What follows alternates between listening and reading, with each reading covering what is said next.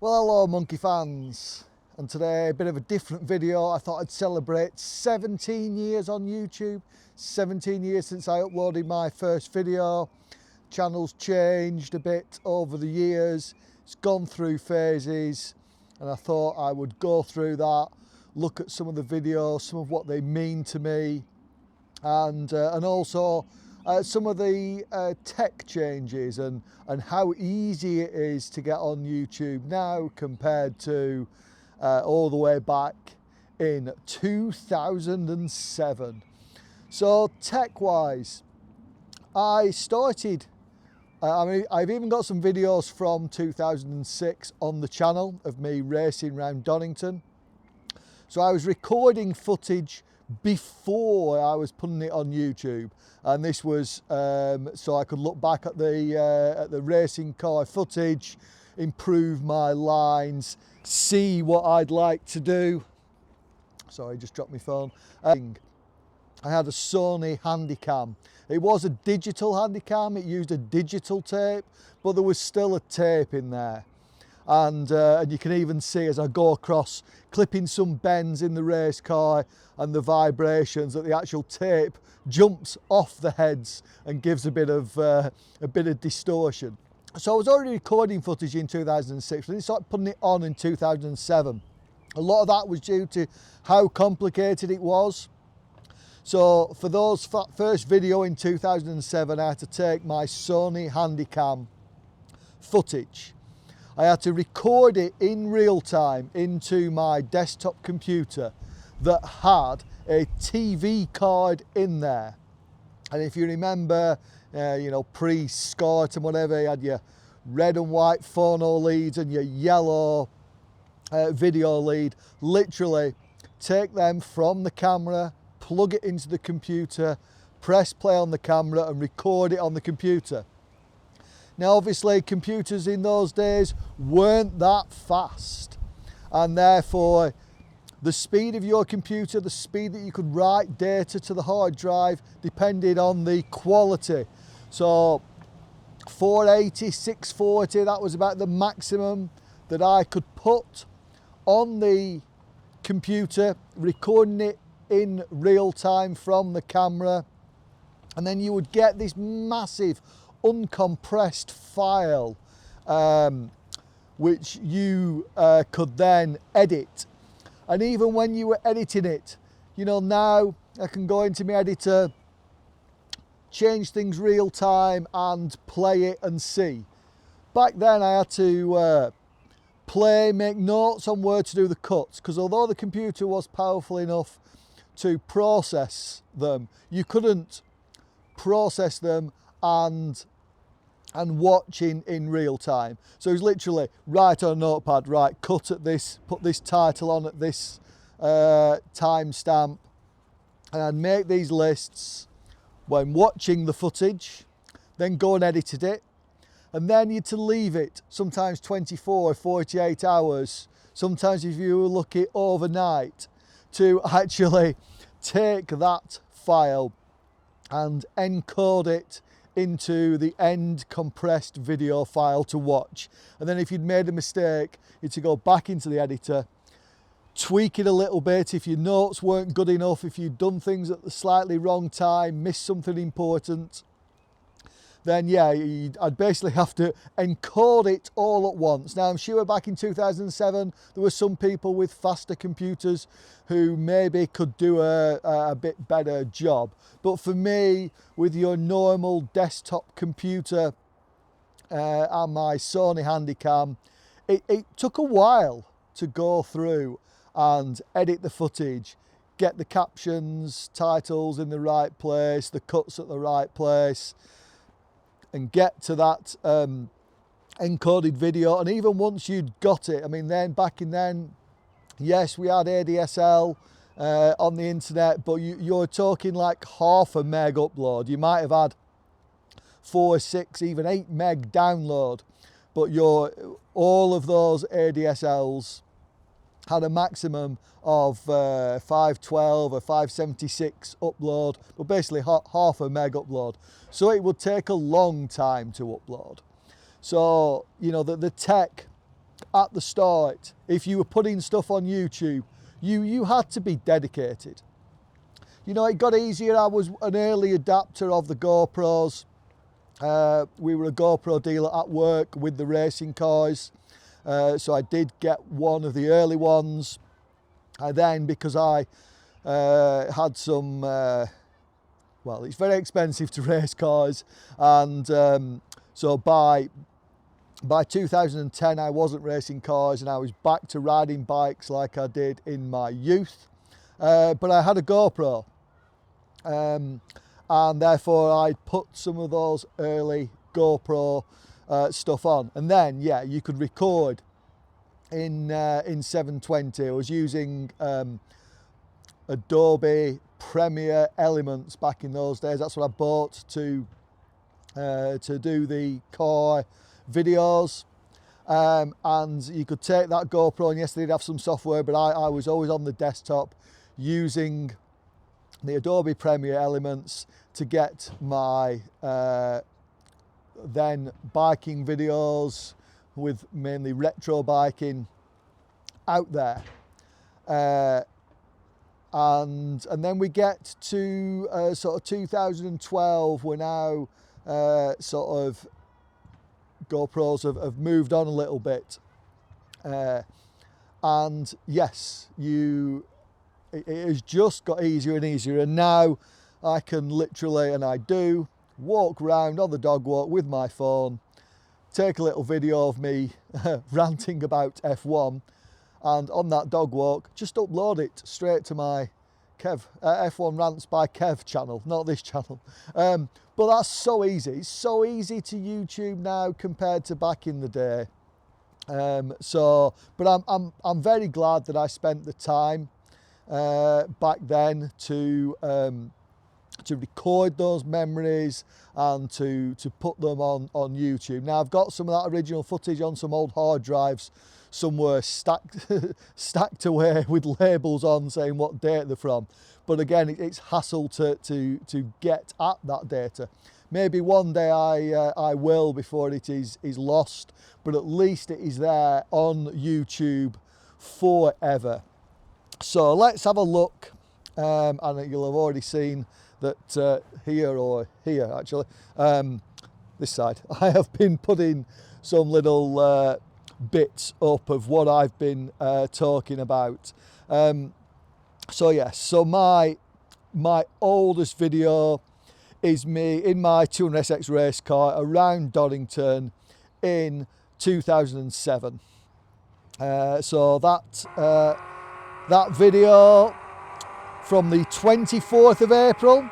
So it is the 24th of April when this video is going out. That was my first video, and I was doing that as I was going into my second year of time attack racing, to try and give added value to the sponsors, and you know, try and make that work. And you know, I didn't do a bad job, but even now, 17 years later, that video has 515 views. And then the next video, again with only 503 views, is me doing my first ever sprint race. So I've done time attack on the circuit, but I chose to go and do a sprint race at Three Sisters. It's a kart track. I actually won my class D, and that video is the next one up there.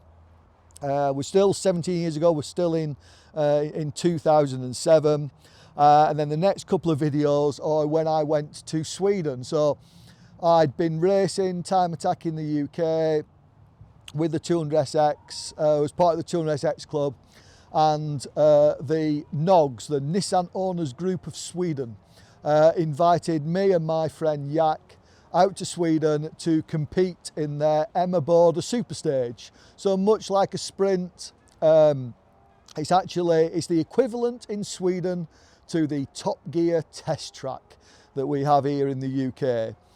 So that's where the Bill Sports in Sweden would take the cars to their test track. But they also rented it out to car clubs and the timing equipment, so you could do it. So I drove my race car all the way to Sweden, raced 2 days of racing, drag racing on the Saturday, super stage on the Sunday. Both those videos are there. The super stage, the 1:23. So if you know anything about super stage, you know 1:23 is an incredibly fast time. In 2005, the record for the road legal car went to a Porsche 944. I'd been watching that video before I went out on YouTube, learning the lines, and I went a second faster than that 2005 Porsche time that got the road legal record. Unfortunately for me, in between an Ultima, road legal Ultima, had smashed that record, so I wasn't there. But still, the fact that I've done that, the fact that it's on the internet, the fact that it's still a very fast time, even by today's standards, and that it's there on the internet.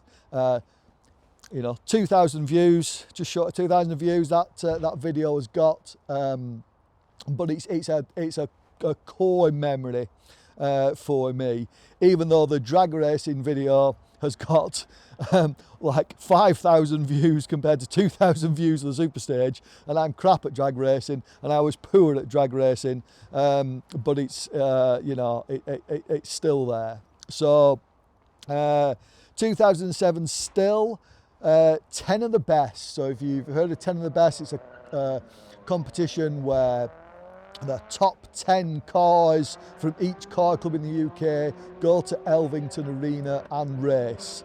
Actually, by the time we got to 10 of the best 6 in 2017, not all car clubs had 10 cars, because there was just too many car clubs and whatever. But I got third in the rear wheel drive handling, because the 10 of the best, you do a quarter-mile drag race, a top speed challenge and a handling course, and I was third on the handling course, only beaten by a Dax Rush, which I think had a Hayabusa turbo engine in it, and a professionally driven supercharged Lotus Exige.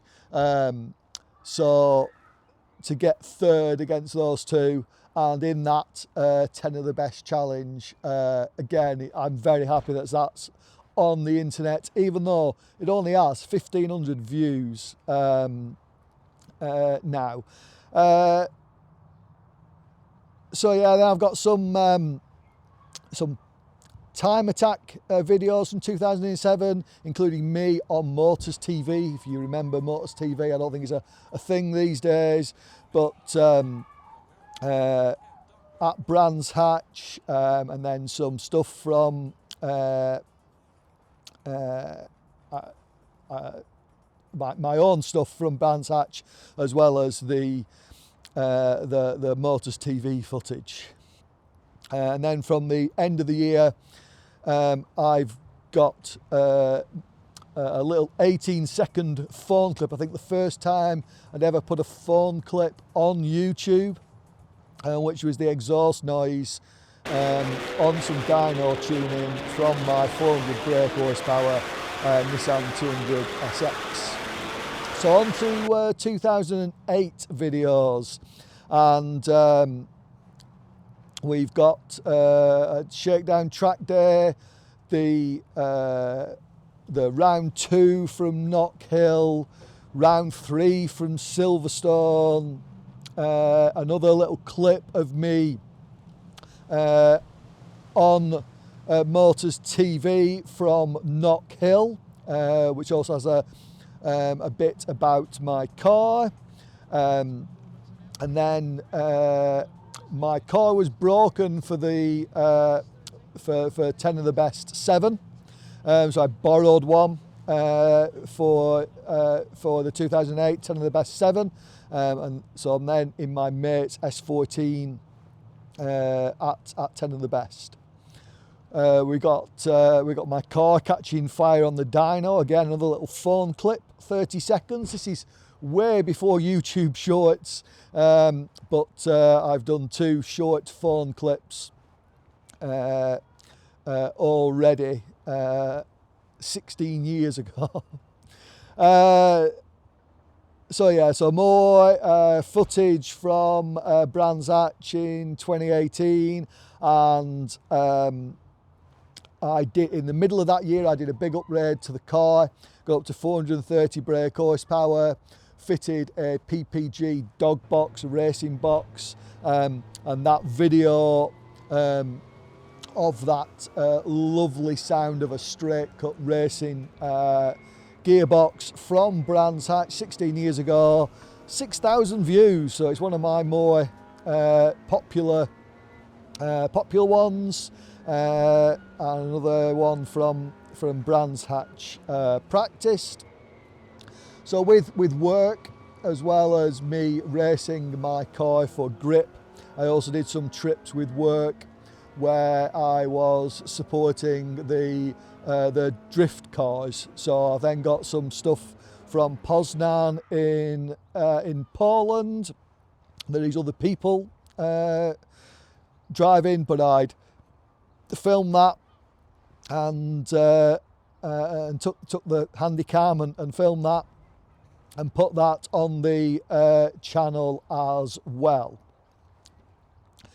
So on to sort of 2009 now, and although I have a video from Elvington of my shakedown before the 2009 season, I've also put 3 videos on from footage I had from 2006. So I was going to Donington, so I looked at my previous Donington footage. By that time I could take it from the digital tapes and put it on the computer, so I did. And I'm very glad I did, because although it's only got 1,400 views, there's a clip here of me doing a lap of Donington with the absolute perfect line. Then the car wasn't that fast in 2006. It had good handling, good tyres, good brakes, wasn't particularly powerful, so that did make it easier to drive. But that lap, I can watch that lap back now and appreciate every apex I clipped, every braking point that I nailed. I nailed that lap, and it's there now forever on YouTube. A sort of 1.5 minute lap, and yeah, I'm glad that's on. And then there's sort of 2 longer clips of the longer sessions, but that one that I took out the perfect lap from and just did the 1 lap as a clip, that is brilliant. So obviously I did them when I was preparing to go to Donington. So then there was Donington Easter Track Day, with several videos out there, with passengers, not with passengers, quite a lot of info there. But then we get to Oulton Port videos, and unfortunately Oulton Port, which was round 2 of Time Attack, I was coming down to the hairpin, I braked for the hairpin, the Evo behind missed its braking point, rammed into me, spun me round, did a lot of damage. That video is now on YouTube forever. So yeah, it's there. And we did get it repaired there for round 3. I don't know, maybe Oulton Port was round 1. So round 2 at Knockhill, and I got second, and that again is on there. Might only have just shy of 3,000 views, but again, core memory. Very glad that I've got that up there on the internet forever. And but I did at that event stretch the valves in the head and had to rebuild the engine. So the next clip is one of starting up the rebuild engine for the first time. And then the next video is me on fire at Brands Hatch, because in between them we did have an event at Silverstone where the car just wasn't running right. So that was basically a write-off. And then we went to Brands Hatch, and basically I put the car back together. I'd missed a zip tie on an oil feed line, and that oil feed line hit the starter motor, braided line on the outside, shorted it out, so that it went through the braid, through the rubber, squirted oil, the oil caught fire, that set fire to the fuel lines, which caused an even bigger fire. And that fire only has 1,400 views, but again, is on my YouTube channel from 15 years ago. Actually did a lot of damage to the engine bay, so I treated myself to a V8, and the next video that I want to highlight, 16 seconds, again, way before YouTube Shorts, is my new engine running. And then randomly a bit of me sliding down the hill to work on my arse in the snow. And then we're still on with car stuff. So I did a complete rebuild of the car. I stripped it down to its shell and actually had the shell sandblasted. And the next clip is the sandblasting of the shell. So while I'm trying to build all of the car back up, we booked to go out to the Nürburgring.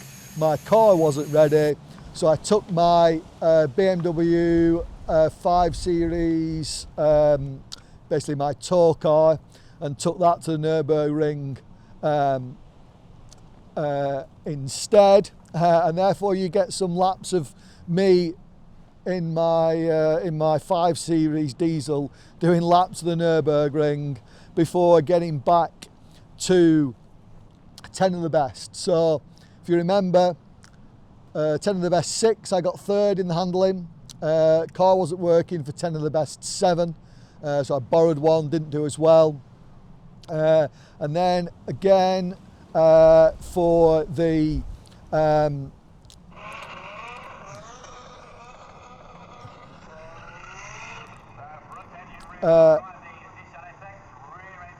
that's not even me.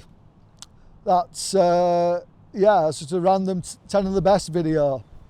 Now, I never actually got my race car built up again, but I still needed the adrenaline, and I used to race mountain bikes as a kid at a decent level. You know,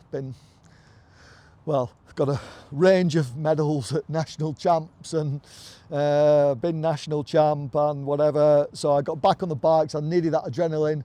You know, yes, tipping a car in at 100 mile an hour into the Craner curves at Donington is a special form of adrenaline, but you can still get adrenaline on a bike. And so I got out my old 1994 bike, had the GoPro, went out with the retro bike guys, did some filming, all good. I did actually get back into me biking, as you probably know if you've been watching the channel. So I tried to race 12 years ago, 2012, tried to do an SDA downhill, really struggled. That video is on there. And I wasn't on a downhill bike, I was on a Scott Ransom. But whether it is at the SDA Inners, whether it is at the Glencoe SDA that I also went up to do, then yeah, I did very badly, but those videos are there, as is a social ride for Josephine's birthday at Glentress. So with this ramping up of my biking, I've now sold the race car and aim to just do as much bike racing as I can. So I went out to the Meg Avalanche, So then you get a slurry of meg avalanche interval videos. The first one, a clip of just a crash that happened, which I'd sort of caused, but it was racing, but heady ho. You can watch it if you want, as 1,400 people have. Yeah, but then you also get my full run, a 25-minute edit, and yeah, so there are multiple meg avalanche and versions from there, and then me trying to be a downhiller, doing like mole free and stinny-og, whatever, before settling into enduro, which was more suitable for me, and the first like enduro vid with like 1,700 views is from Kinloch-Leven, from Joe Barnes' Dudes of Hazard. I think the first running of that at the end of 2012, brilliant event. My video shows all stages in full, so people did watch it after that. We then get to one of my most popular videos on the channel. In fact, two of them in succession, completely different videos. We have a phone video of my manifold glowing on the dyno, which I did upload 12 years ago, but it was probably from about 3 years before that. And at one time it did break, this video on YouTube, and was only showing it like 1 frame per second, but now seems to be fixed. 49,000 people have watched this video. It's only 56 seconds long, I say again, way before YouTube Shorts.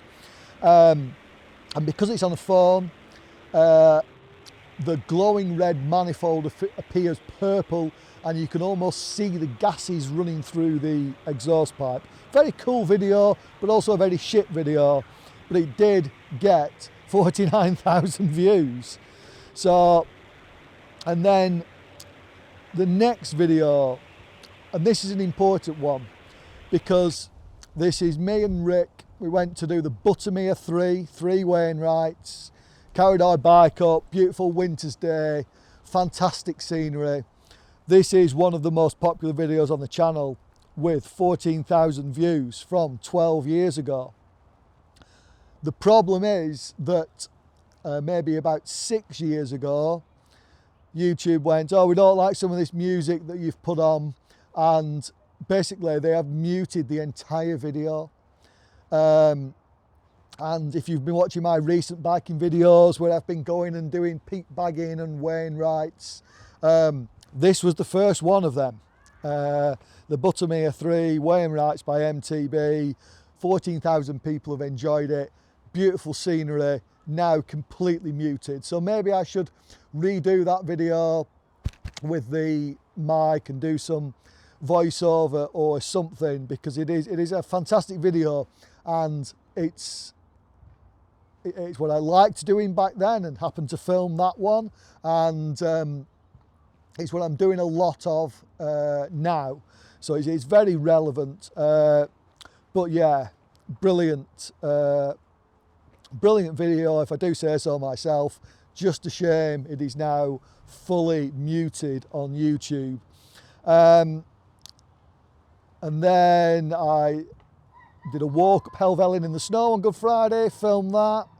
And then we've got some Gisburn stuff. Obviously, if you know me, you know I've been a Gisburn Forest trail builder since 2010, building the trails there. So there's some Gisburn Forest stuff on there. And then we get to my first van life video.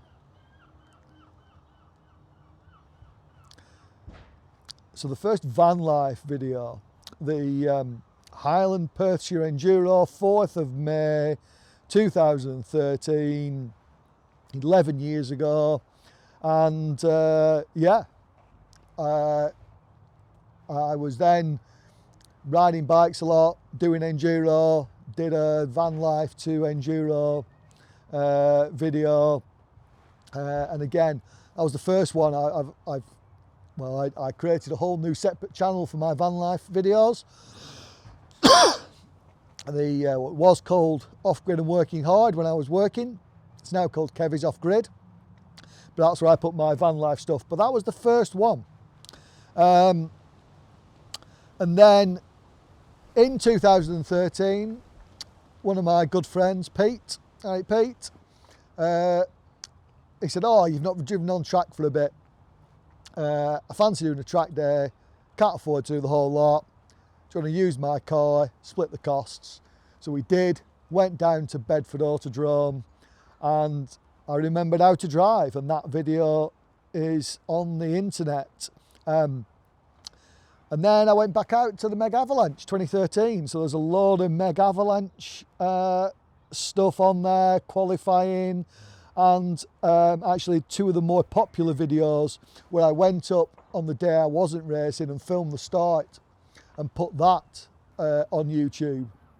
And those videos actually made me money, because back then you didn't need 1,000 subscribers to be and 4,000 watch hours to be monetized. Everyone was monetized, and those two videos made me about $80 through being popular. And then YouTube, but you needed to reach $100 before you got a payout. And before I got to the payout, YouTube changed the monetization setups, and I lost it.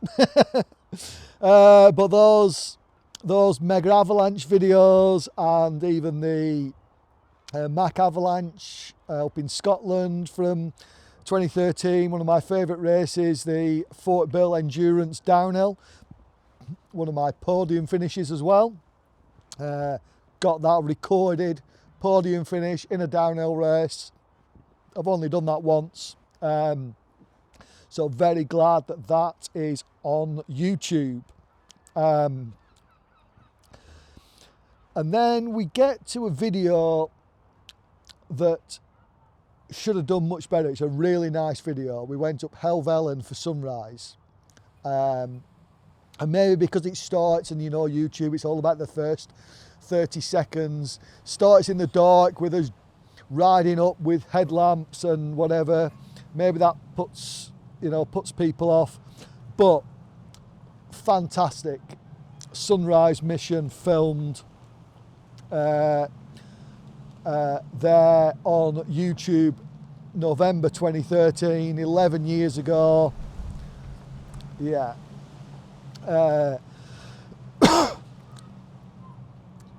So Bluegrass Enduro 2014, I won that one, and I've got the video to prove it. So that is all good. A bit of a local ride, and if anyone remembers the 90s when I was actually a decent mountain bike rider, and Sean Palmer, actually got to ride with Sean in the lakes, and took a little video of that, and that is also up there. So we are now like 2015. I've been back on the bike for 5 years, so like 2009 was the last year of racing cars. 2010 back on the bike, racing by 2012. By the time we got to 2014, I'm doing all right, and I'm now a race organizer. So as well as a couple of clips from rides in the Peak District, I've got the previews for the events that I'm organising on there, and obviously because they were going out to people, then they're on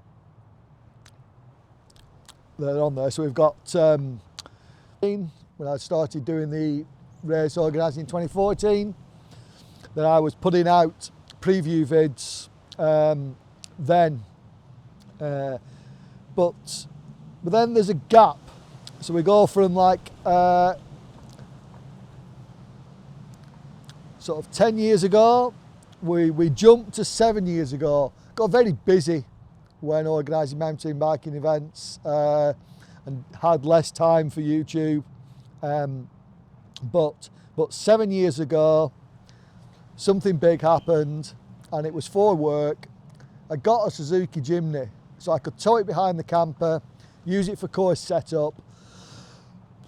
It was a work tool, but I did want to also take it out, green laning, understand the capabilities.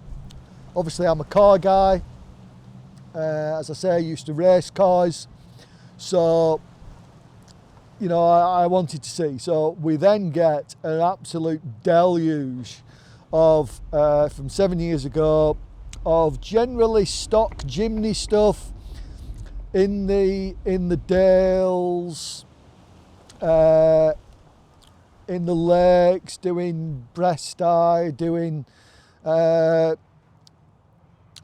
Parkamore and other lanes with friends on big lakes loops, going up Hendred, which is one of the most challenging lanes in North Wales. You won't hear a lot about it because the gateways are that small. Mainly bikes go up it. You can get a Jimny or a Vitara through the gate, but you cannot get a Defender through the gate. So most people think of it as a bike only lane, but it is actually a brilliant lane. So that's on there, and I say a deluge. So we've got crossing the River Don, we've got going up Parkamore, we've got Gatesgarth, which is actually one of the recent videos I did, but the first time I did Gatesgarth 6 years ago, and 11 lanes that day. Tight and scratchy in Wales, wild camping at the top of Parkamore and doing that, more tight and scratchy laning. It's all laning up two dales again, another one of these lanes that you can't fit a normal car up and is generally regarded as motorbike. 2 dales in the Peak District, up there in a Jimny, and then and out of lockdown and off laning. So obviously that would have been in 2020, the year of lockdowns, and going up and doing H Lane and Tynehead and other sort of Northumberland lanes then. And then because I started my Kevy's Off-Grid Vanlife channel, so the Vanlife vids were on there, and I sort of tried to put a bit of effort into that, but didn't really have the time. It does actually have more subscribers than this channel, even though it's newer, and this channel is now more the one that I'm doing stuff for. But a bit of a gap, but it's still more Jimnying, taking my mate Tim out in his X-Trail. We're almost at 1,000 views for X-Trail in the lakes. We find the limits, because we did find the limits of an X-Trail. Yeah, and then a year ago when I got my Patriot e-bike, video of that. So the main video I put on the Kevy's Off-Grid channel, and then a secondary video I put on this channel, and that's on here. And then we've got another stage preview video for the Hope Women and Academy at A. And then something I'd been doing on the Kevy's Off-Grid channel, which was going round my enduros afterwards, calling it an enduro aftermath, and having a walk, seeing how battered the tracks were. And for some reason, after the national champs, I put that on this channel. I'd generally been putting them on the Kevy's Off-Grid because it was off-grid and working hard. It was me building the stages, living in a van, running the events. So generally the aftermath videos were on the Kevy's Off-Grid channel, but I'd sort of decided at that point because I also decided to retire from retire completely, but no longer do the event organisation. I decided to put it on this channel. And then we get to this latest era of the channel from just 7 months ago, which is when I retired, and I wanted to start my retirement as I meant to go on. So I did 3 big mountain adventures in 3 days: Skidonulloch, Helvellyn, and Ingleborough and Whernside, and those videos are on there. And like the Helvellyn video still gets good views every week, even now. That's like on, I say good views. Bearing in mind I have 550 subscribers on this channel. So to get 3,300 views, so you know, 6 times, 7 times more than the subscribers I have is good. But yeah, that Helvellyn vid is a cracking vid, and YouTube has recognised that by sharing it. I say even now. As I say, this is now like the current era of the channel, which is me generally doing eMTB videos. So whether it's the Tweed, whether it's doing a Bolly Skyline video that's got 1,000 views now, or whether it's some of my lakes adventures, big ridge lines like Helvellyn, Skiddaw, trying to get up Grizedale Pike, one of my favourite mountains of the past decade of mountain biking up. Not really suitable for an e-bike. Thought I'd try a way to get an e-bike up there, but it was a grim day. It wasn't really that that good. But I still do some Jimnying. So yeah, we've also got some Jimny vids because I enjoy the process of putting those memories into YouTube.